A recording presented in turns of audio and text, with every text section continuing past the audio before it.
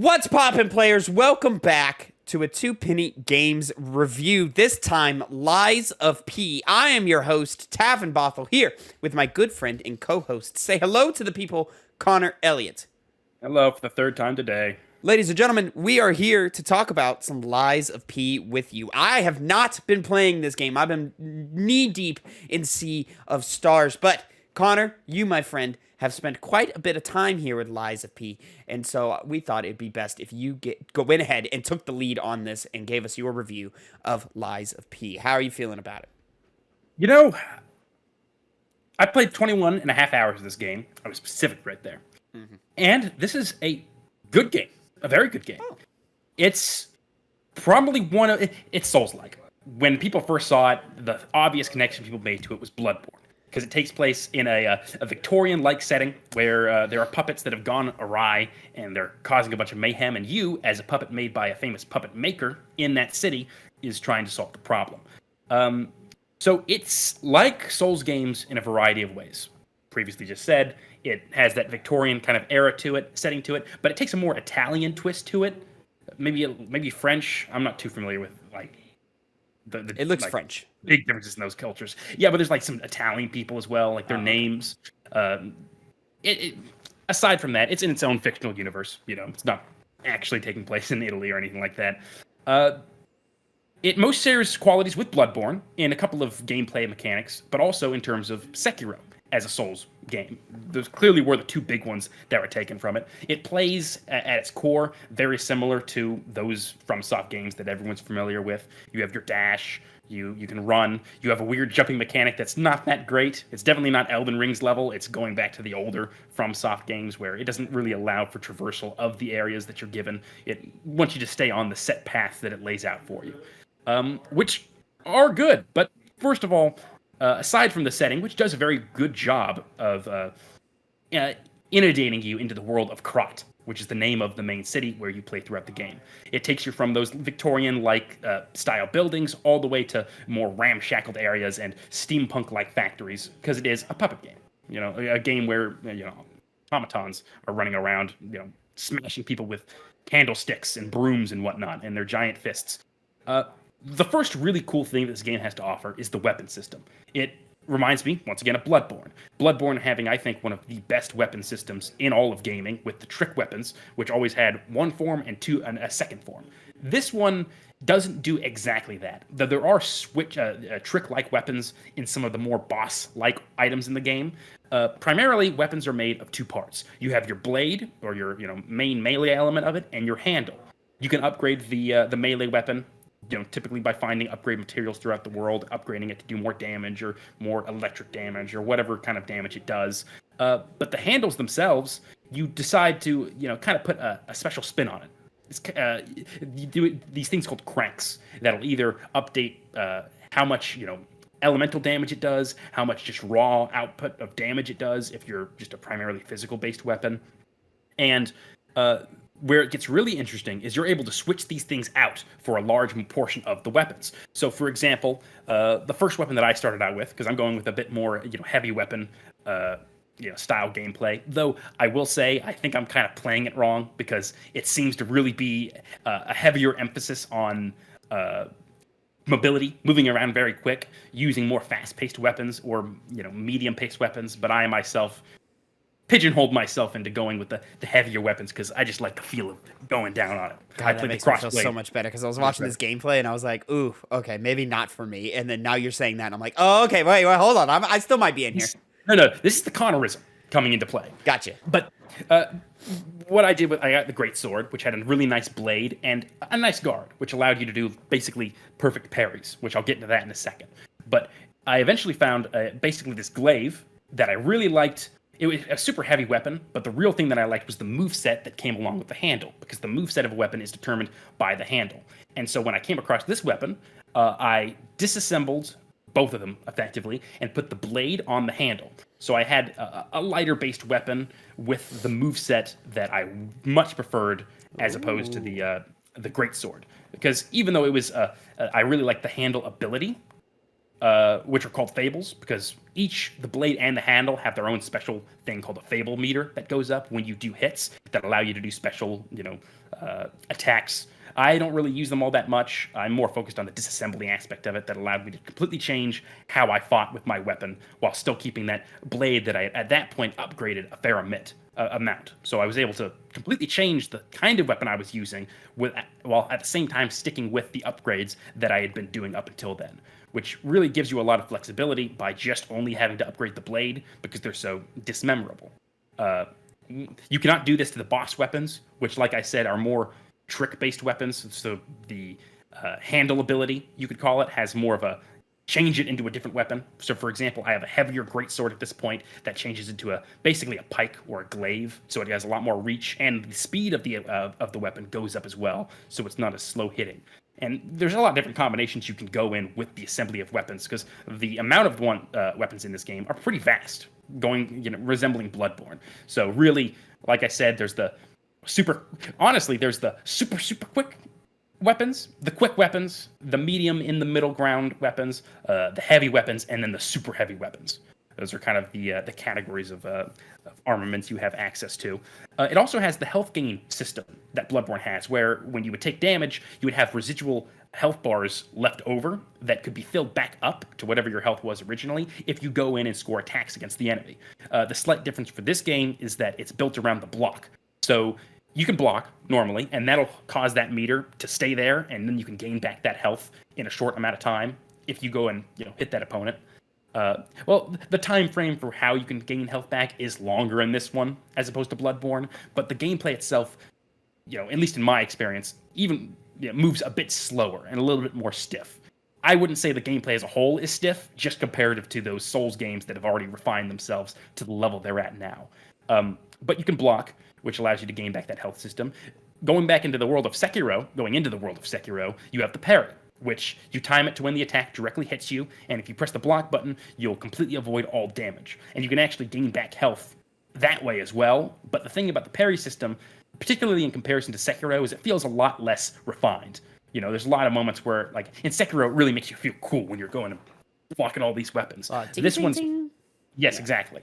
And this one's more focused on, especially because they're puppets and they kind of have cool wind-up attack animations, kind of making it to where you have to, really get used to the timing of each specific attack rather than just dealing with a large flurry of blows, which I think kind of shows the pitfall of that parry system. It just doesn't work as responsive or as well, and I feel like sometimes the bosses in this game, which are incredibly difficult, more difficult than I think, any base cast of bosses in the Souls games are. Like every single boss, yes, that's come along in this game, I've had difficulty with, and I've had to sit and do multiple times over again.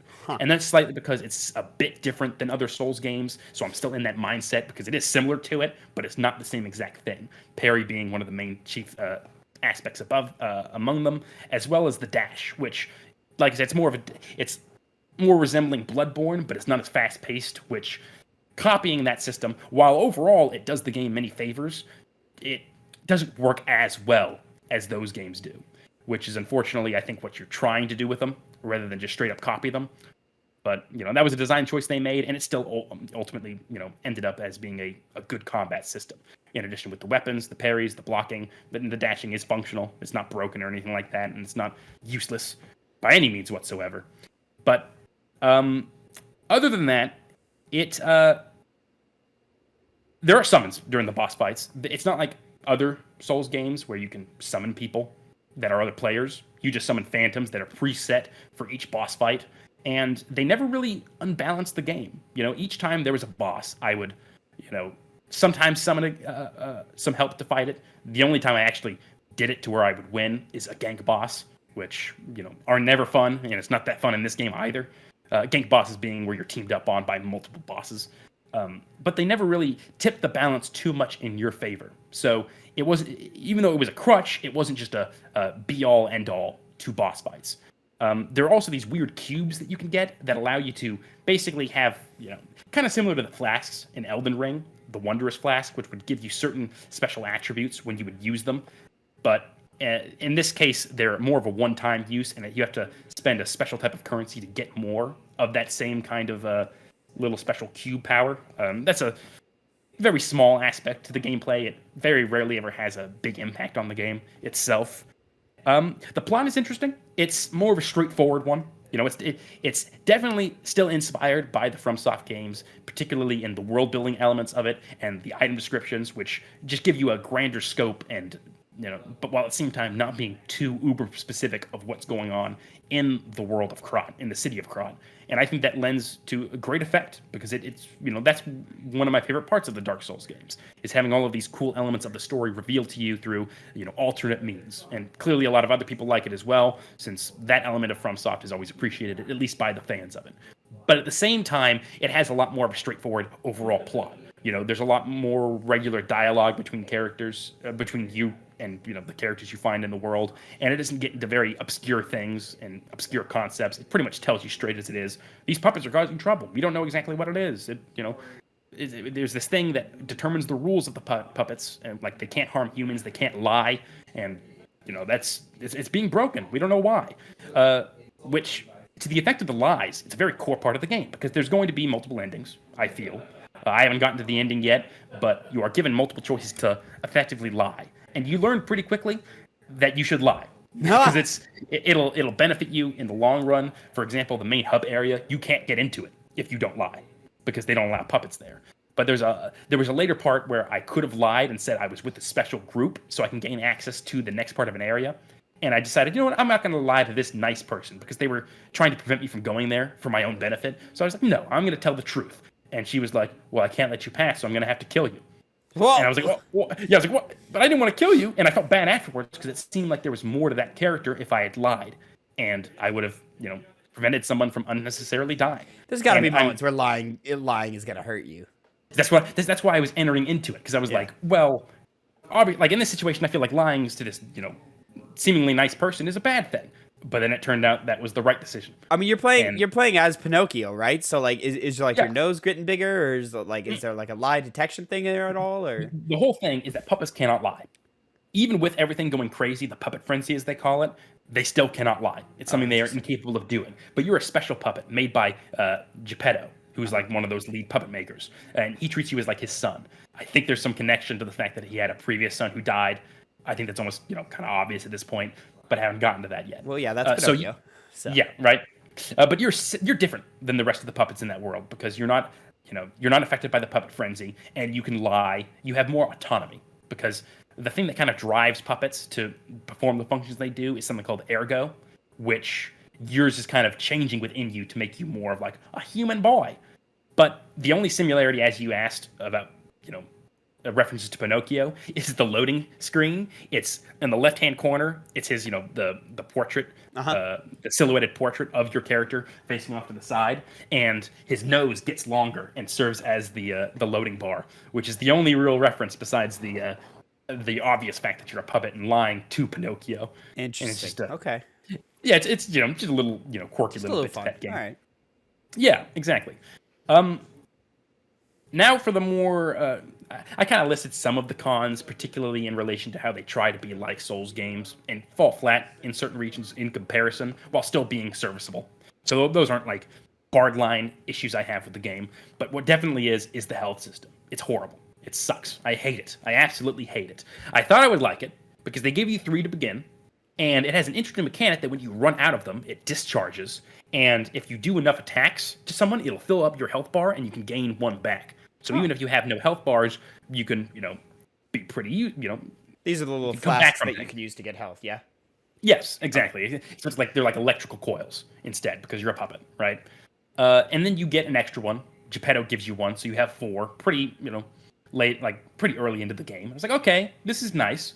And then the problem that first comes up is the health doesn't really heal that much. It heals like half of what your health bar would be. So you only have 4, and the way to get more of them is through this system where you find these things called quartz. And quartz are used in relation to a menu where you sit in this basically electrical chair and you unlock certain special abilities. It's basically your skill tree that this game has, where you can choose a segment on this skill tree area, and if you spend 2 quartz in the section that'll give you a certain ability, you'll gain that ability. So, for example, one of them, as I was saying, is the health. It gives you an extra health, which would bring it up to 5. Okay. And when I go to choose that upgrade, it'll basically say, oh, do you want to do, increased damage with Fable attacks?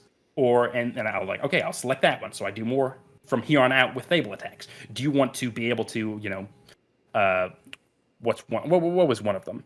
It was, just for simplicity's sake, do more attack with regular damage. And I was like, okay, I'll spend a quartz to get that one. And once I did that second one in the tree of the health upgrade, I would then get the health upgrade. And if I get 2 in each segment of this tree, it'll open up the next one, which would allow me to get more health points. So that's a way to increase it. But the problem is some of the abilities that are in there kind of are necessary for the game to function the way that I want it to function. So, for example, I actually forgot about this. You can stagger opponents after you do certain amount of parries on them, kind of similar to Sekiro as well, exactly similar to it, as well as damage against them. And then you could do massive amounts of damage to them.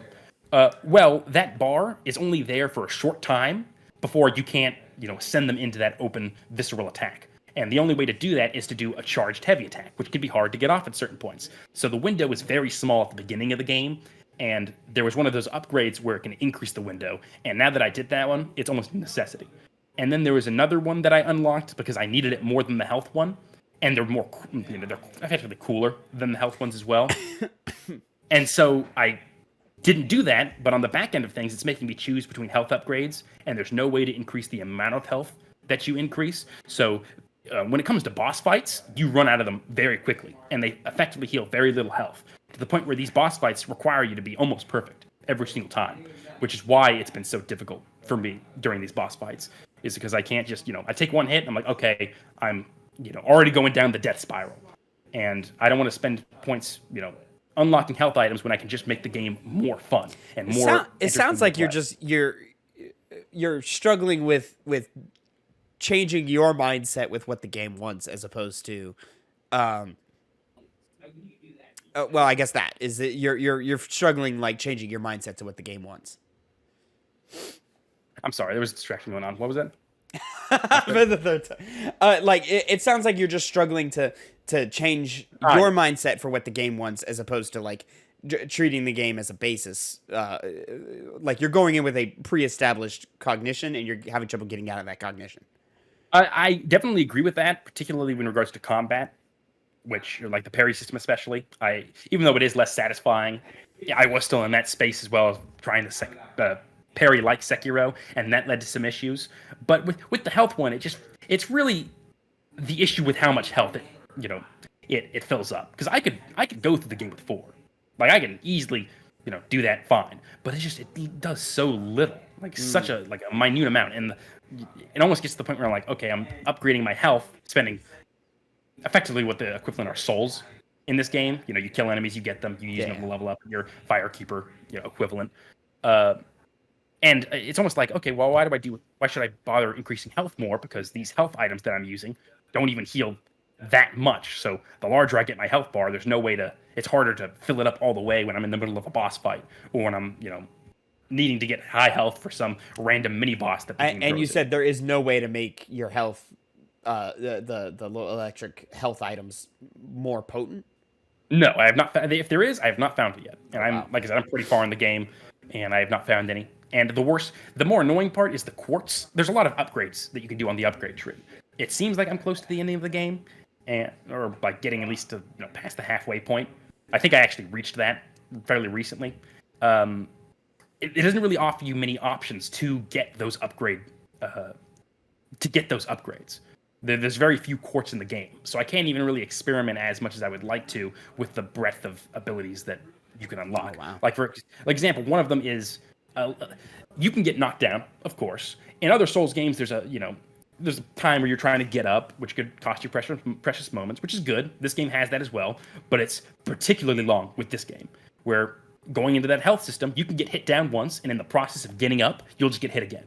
And the only way to get around that is by using those quartz systems to get one of the upgrades that allows you to dodge roll from the ground, which isn't in the base game. So you basically just get, cheap hit with some attack, and then get a free hit on you. When you get hit, and then you get a cheap hit on you. And it just feels bad, especially in tandem with that health system, which, since it doesn't heal that much to begin with, you're caught like, okay, this boss is already going to be extremely hard to fight at this point, because I have no health items left. And that caused a lot of frustration during my gameplay experience, which is why I kind of brought it down from what I was going to say to be a great game to just a good, very good game. Okay.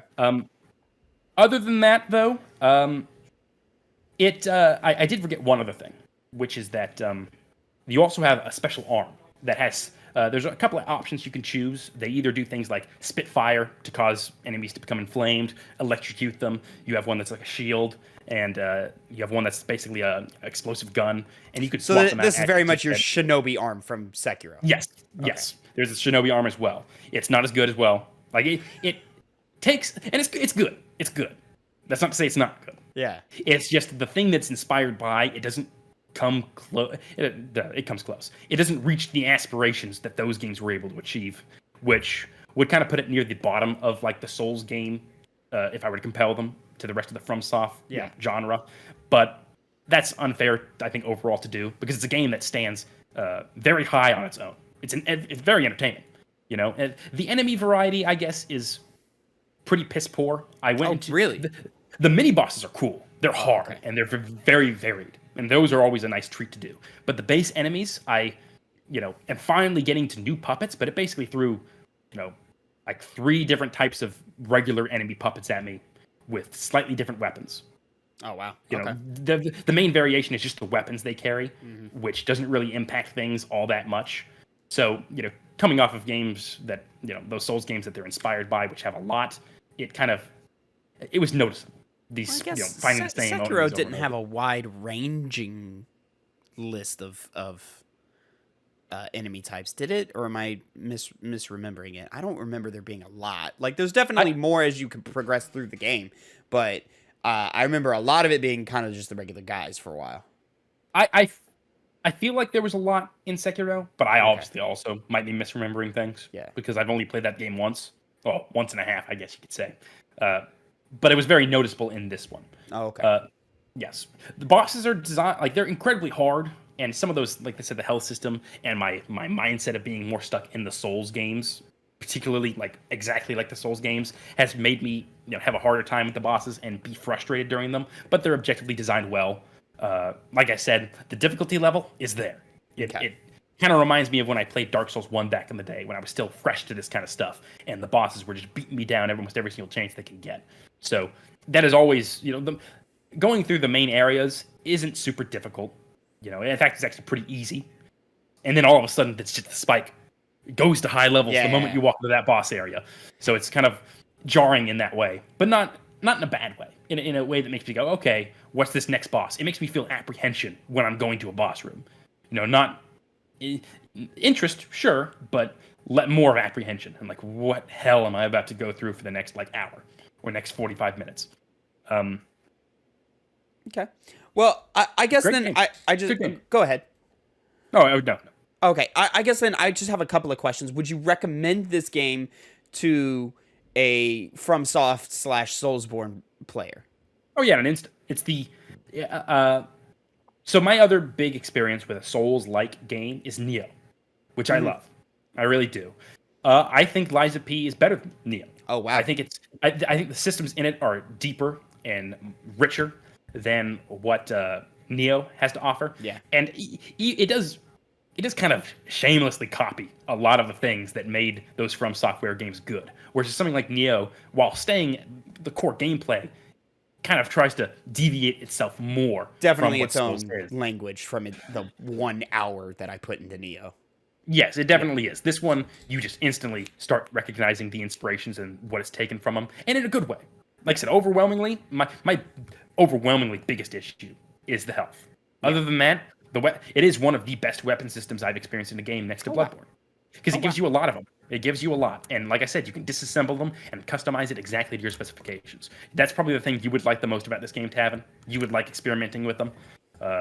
That was my next question. Is a guy like me, or like maybe a guy like Phil, even though like we've connected to different FromSoft games, but the guys who are they try the Soulsborne, but like it's a real hit or miss on whether it connects with us type thing. Would you recommend that to these players? I think it really depends. I'd recommend it. Well, see, because you like Sekiro, so I want to say Sekiro. I'm a big Sekiro you do love guy. Sekiro. Yeah, And the parry you would like. Okay. I think overall, I think you would definitely agree that's not as good of a parry system. It doesn't make you feel as cool, particularly. That's kind of the biggest drain on it, despite it still being a good system. Phil, I think, would confidently like this game. Oh, okay. I think he would enjoy it. Yeah, and I think overall you would too. Between the weapon system, the fact that it plays slightly differently, the parry system as well. Not to mention, I think you would like. They're called legions. The arms. You would like the legion arms. They are. And to be fair, I think I just don't like Dark Souls. Is my thing, and that just is so heavy in their catalog. Because I really need to give Bloodborne a better shot. Is really what I need to do. Which the bulk of the gameplay is more like Bloodborne than it is Sekiro. Right. Just specific mechanics come into play that make it like Sekiro, which is why I'm hesitant to say you would like it. Phil would like it. If you like Bloodborne, you'll like this game. Couldn't tell you. Yeah, right. Okay, and then how would you say you kind of referenced it a little earlier? How would you rank this sort of in the From Software pantheon of games? Well, you want me to go ahead and rank my FromSoft? Do you have a prepared list or? Of course, all from the noggin, baby. All from the noggin. Give it to me, baby. Okay, the first one changes all the time. Okay, and I think you know what that's going to be. Elden it's Ring between Elden Ring and Bloodborne. Yeah. Exactly. Yeah. I think Elden Ring had. It's my number one right now, just because the scale of that game and the impact it had on me when I was playing it. I couldn't tear myself away from it. It reminded me of when I played Final Fantasy VII Remake, and I was sad my time to the game was coming to an end. Whereas Bloodborne, I loved it. I absolutely loved it. But I don't remember having that same exact deep down feeling. So that's driving my opinion of that being at the number one ranked game in the FromSoft catalog. Bloodborne followed, basically, shadowing it right behind it. Just. Right there. Put a little more time. Put a little more time past Elden Ring. Maybe Bloodborne comes back. It just depends on the day, type thing. I feel you. Then I would go Dark Souls 3. I love the world building of Dark Souls 3. I love the bosses in that game. They're amazing. Similarly, though, followed like shadowing right behind it is Sekiro. Know how amazing that game is. Oh, I love Sekiro. Oh, okay. It has the lowest replay value out of all the Souls games, but that's It's not when I catalog why the Souls games are so well liked by me. That matters. That's why I think I definitively put Dark Souls 3 above Sekiro, because I play that game so many times. Well, I just thought Dark Souls 1 was gonna beat out Sekiro. No, okay. Not by a long shot. But Sekiro is great. The next on that list, I'm not numbering them. I can't. I could number them, but I can't count. 1, 2, 3, 4. This would be 5. Okay, this should be 5. I'm gonna. You guys have seen the image of the guy standing up in that portrait of while everyone else is sitting down, shown to depict somebody who has an opinion that's completely different from everybody else. Oh, you son of a bitch! Dark Souls 2. Oh, Dark come Souls on, 2. man! I do not care. I am of the very select group. This is a select group. I understand this. I'm not going to defend I'm not going to, on the grander scale of things, say that Dark Souls 2 is better than Dark Souls 1. I will not. But if I had both games in front of me, I would go Dark Souls 2 every single time, because I can have fun with that game no matter what. Okay, do the levels not bleed into each other seamlessly? No, not at all. You can end up in 2 completely different locations because it wasn't as refined as other Souls games. Are there horrible bosses? Oh, there are so many bosses in that game, and almost all of them are forgettable. I will play that game again sometime and not remember most of them. I love the variety of weapons the game has to play. It has the best starting area, and I do like how the gameplay functions. It functions differently than Dark Souls 1, different than 3, different than Sekiro, and just in a very rustic way that I find enjoyable. And it does have some amazing bosses in that game. It has some amazing ones. It's just the bulk of them suck. All right, well, we found a Connor hot take. It's hard to find a Connor hot take, but we found it. Oh, yeah, it's here. And then I would go Dark Souls.